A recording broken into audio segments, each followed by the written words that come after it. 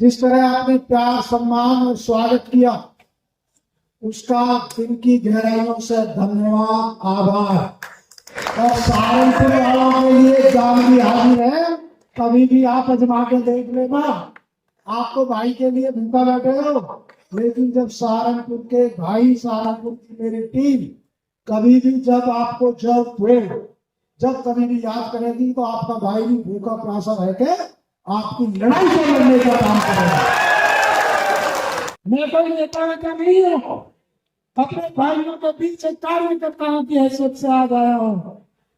हमारे बहुत सारे वक्ता मंच पर बैठे हैं, बहुत सारे क्रांतिकारी साथी हैं जिनके पास अच्छे अच्छे विचार वो हमेशा वसी भाषण देते हैं, भाई सोनू जी। लेकिन आज समय की कमी की वजह से हमारे भाइयों का वो स्पीच नहीं हो पाई। उसके लिए भी मैं अपने भाइयों से, अपने नेताओं से माफी मांगता हूं। और भीम आर्मी और आजाद समाज पार्टी के लिए दो लाइन कहने से पहले पूरे देश के करोड़ों लोगों के हृदय सम्राट, आजाद समाज पार्टी के राष्ट्रीय अध्यक्ष, भीम आर्मी प्रमुख एडवोकेट चंद्रशेखर आजाद जी को आदर्श और नेता मानते हुए, अपने भाई और अपनी प्रेरणा मानते हुए दो लाइन कह के अपनी बात शुरू करता हूं। भाई के बारे में कि फानूस बनकर जिसकी रक्षा हवा करे, अरे वो समा क्या बुझेगी जिसे रोशन खुदा करे, जिसे रोशन खुदा करे। हवाओं की तो आदत है चिरागों से खपा रहना, अरे जिसे महफूज खुदा रखे उसे तूफानों से क्या डरना, तूफानों से क्या डरना। आजाद समाज पार्टी और भीम आर्मी और जिन भाइयों ने आज पार्टी ज्वाइन की है, दिल की गहराइयों से आजाद समाज पार्टी में उनका स्वागत करता हूं, अभिनंदन करता हूं। और ये विश्वास दिलाता हूं आपके मान सम्मान को कभी भी ठेस नहीं पहुंचेगी। आपके हक अधिकार की जब लड़ाई होगी तो आजाद समाज पार्टी और भीम आर्मी कंधे से कंधा मिलाकर आपकी लड़ाई लड़ने का काम करेंगे।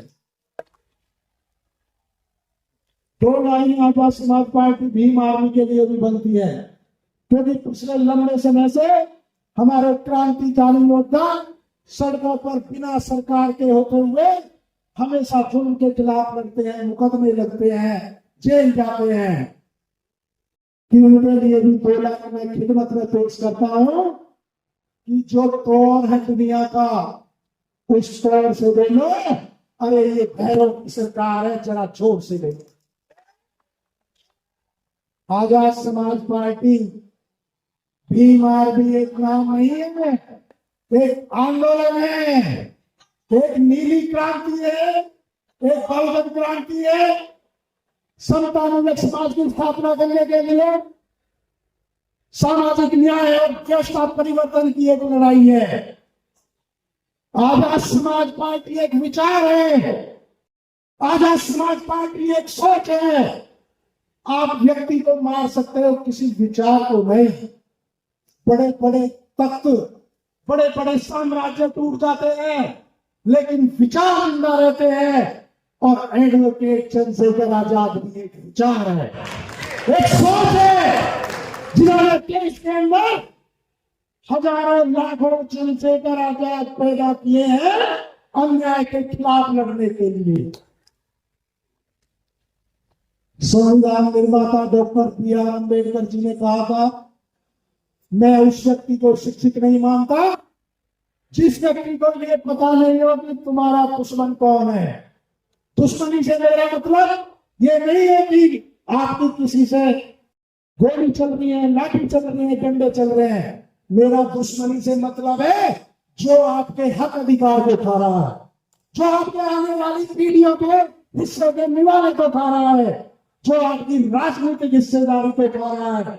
मैं कहना चाहता हूँ SC/ST OBC के राज्यों से, मैं कहना चाहता हूँ दलित मुस्लिम और अल्पसंख्यकों से, एकजुट हो जाओ, एकजुट हो जाओ, क्योंकि आपने आपस में किसी के हक अधिकार नहीं छीने। और जिन लोगों ने आपके हक अधिकार छीने हैं, एकजुट होकर ताकत बना के उनको सत्ता से बेदखल कर दो। और ये एकता जमीन पर दिखनी चाहिए, ये एकता बहुजन एकता दिलों में बननी चाहिए, ये संगठन में बननी चाहिए। मुझे आप दोनों हाथ उठा के बताओ कि इस एकता को बनाओगे या नहीं बनाओगे। इस बहुजन एकता को जिसको लेकर पूरे देश के अंदर मेहनत करते हैं, उनकी उस बात को लेकर इस एकता को आपको कामयाब बनाना है। और यदि आपने ये एकता बना दी तो 2025 का पंचायत चुनाव का सेमीफाइनल आपका होगा मेरे साथियों, मेरे भाइयों, सेमीफाइनल आपका होगा। और 2027 का विधानसभा चुनाव का फाइनल वो भी आजाद समाज पार्टी और भगवान आर्मी के नाम है। भाई चंद्रशेखर आजाद जी हर वर्ग की लड़ाई लड़ते हैं, दलितों के साथ साथ अल्पसंख्यकों की, पिछड़ों की, पूरे देश में लड़ाई लड़ते हैं, किसानों की, कमेरों की लड़ाई लड़ते हैं। और यदि मुस्लिम समाज की बात करूं, कौन सी लड़ाई भाई चंद्रशेखर आजाद जी ने लड़ी? जिन पार्टियों को आपने वोट दिए, जिन पार्टियों की आपने पहले सरकार बनाई, जब सबसे ज्यादा मुस्लिम समाज को जरूरत थी, तो सबसे ज्यादा जो इन पार्टियों को आपकी मदद करनी चाहिए, लेकिन वो पैसे के कमरे में बैठे रहे। और भाई चंद्रशेखर आजाद -2 डिग्री टेम्परेचर में गाड़ी की छत में बैठ के दिल्ली के पुलिस हेडक्वार्टर पर कहते हैं कि यदि किसी मुस्लिम भाई पर गोली चलेगी तो पहले चंद्रशेखर आजाद का सीना पार करके जाएंगे। चाहे मौलाना साहब का मामला हो, चाहे डॉक्टर काफिल का मामला हो, चाहे आजम खान का मामला हो, चाहे एनआरसी का मामला हो, चाहे जामिया में लाठीचार्ज का मामला हो, चाहे नासिर और जुनैद का मामला हो, चाहे कोरोना में तबलीगी जमात का मामला हो, चाहे मुजफ्फरनगर में दुकानों पे नाम लिखने का मामला हो, चाहे संबल का मामला हो, हमेशा चंद्रशेखर भाई आपकी चट्टान बनकर आपके सामने खड़े रहे और उस चीनी सरकार को जवाब देते रहे। मैं बात करता हूं, जब पिछड़ों की बात आती है, जाति जनगणना की बात होती है, संसद में कौन बोलता है? भाई चंद्रशेखर आजाद। जब जाट समाज की बहनों की बात आती है, पहलवानों की बात आती है, तो उनकी अपनी सबसे पहले आवाज कौन उठाते हैं? भाई चंद्रशेखर आजाद। और यदि मैं गुर्जर समाज की बात करूं, जब सहारनपुर में गुर्जर गौरव यात्रा निकली थी, अजय पहलवान जी, अजय प्रधान जी बैठे हैं, तो सबसे पहले 2500 मुकदमों को गुर्जर समाज के मेरे पर लगा दो, तो चंद्रशेखर भाई ने आपके लिए आवाज उठाई थी। जब मुकदमा हुआ तो आचार संहिता के अंदर देश में इकलौता नेता भाई चंद्रशेखर आजाद था, जो गुर्जर ग्वालियर में लड़ाई लड़ने के लिए मेरे साथ कंधे से कंधा मिलाकर गए थे। अरे जब सुदीक्षा भाटी का मामला हो, फर्जी आकाश गुर्जर का एनकाउंटर का मामला हो, जब भाई चंद्रशेखर आजाद बोले, जब गुर्जर रेजिडेंट का मामला हो, जब भाई चंद्रशेखर आजाद बोले, जब मौलाना किसानों की रिहाई का मामला हो, जब भाई चंद्रशेखर आजाद बोले, जो हर वर्ग की लड़ाई लड़ने के लिए तैयार, हर वर्ग के साथ लेने के लिए तैयार है, तो आप ऐसे भाई को इस उत्तर प्रदेश की चीफ मिनिस्टर की कुर्सी पर बैठाओगे नहीं बैठाओगे? बताओ,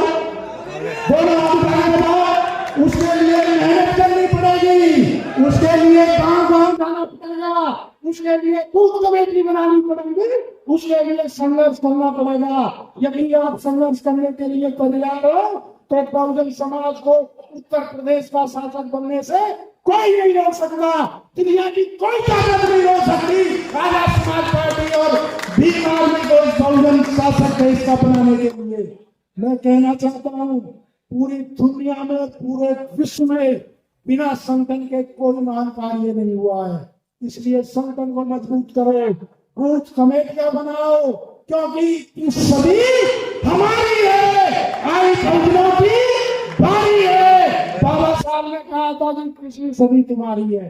यदि तुमने इसमें भी चूक कर दी ना, तो ऐसे ही मुकदमे लगते रहेंगे, संविधान भी खत्म हो जाएगा, ऐसे जेलों में पड़े रहोगे और कोई आपको नहीं पूछेगा।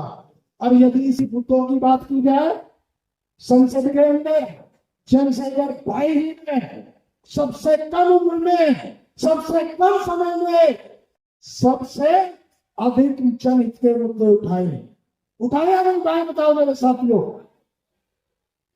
500 रुपए से न्यूनतम वेतन 700 रुपए किसके सवाल पर हुआ था संसद के अंदर, आज कानून बन गया देश में। भाई चंद्रशेखर आजाद जी ने न्यूनतम वेतन जो 500 रुपए था उसे 700 रुपए कराने का काम किया। भाई चंद्रशेखर आजाद ने समान शिक्षा की बात की।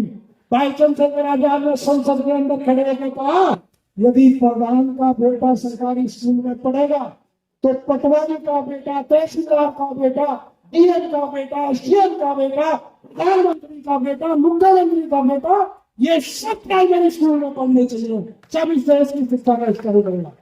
यदि सिपाही का बेटा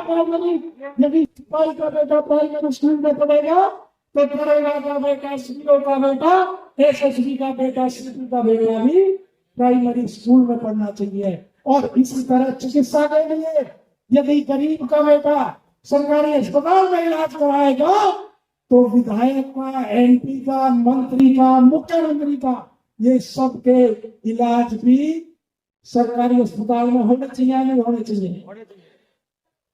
देखिए, जाग जाओ, बहुत कम समय है उत्तर प्रदेश के विधानसभा चुनाव में, और उत्तर प्रदेश के विधानसभा चुनाव की तैयारी अभी से शुरू कर दो।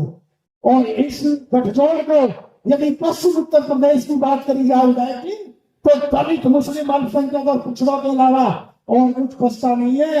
ये दलित, गुर्जर, मुस्लिम खड़े हो जाए और मुस्लिम जातियां साथ लग जाए, पश्चिम में नहीं पूरे उत्तर प्रदेश से सफाया हो जाएगा, सारी पार्टियों का सफाया हो जाएगा।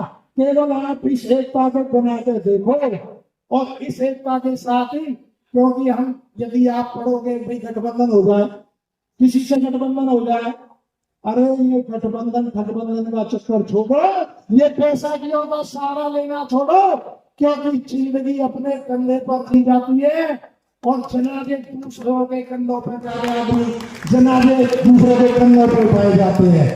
क्योंकि आप लोगों ने सुबह से इंतजार किया, बात तो बहुत सारी आप लोगों से करनी थी, लेकिन फिर कभी और बात करेंगे। अंत में मैं तो कहूंगा क्योंकि आज युवा दिवस भी है और युवा देश की तकदीर बदलते हैं, युवा देश का भविष्य बदलते हैं। आज इस मंच में और इस प्रोग्राम में बुजुर्गों का आशीर्वाद लेके ज्यादातर मेरे नौजवान साथी बैठे हैं।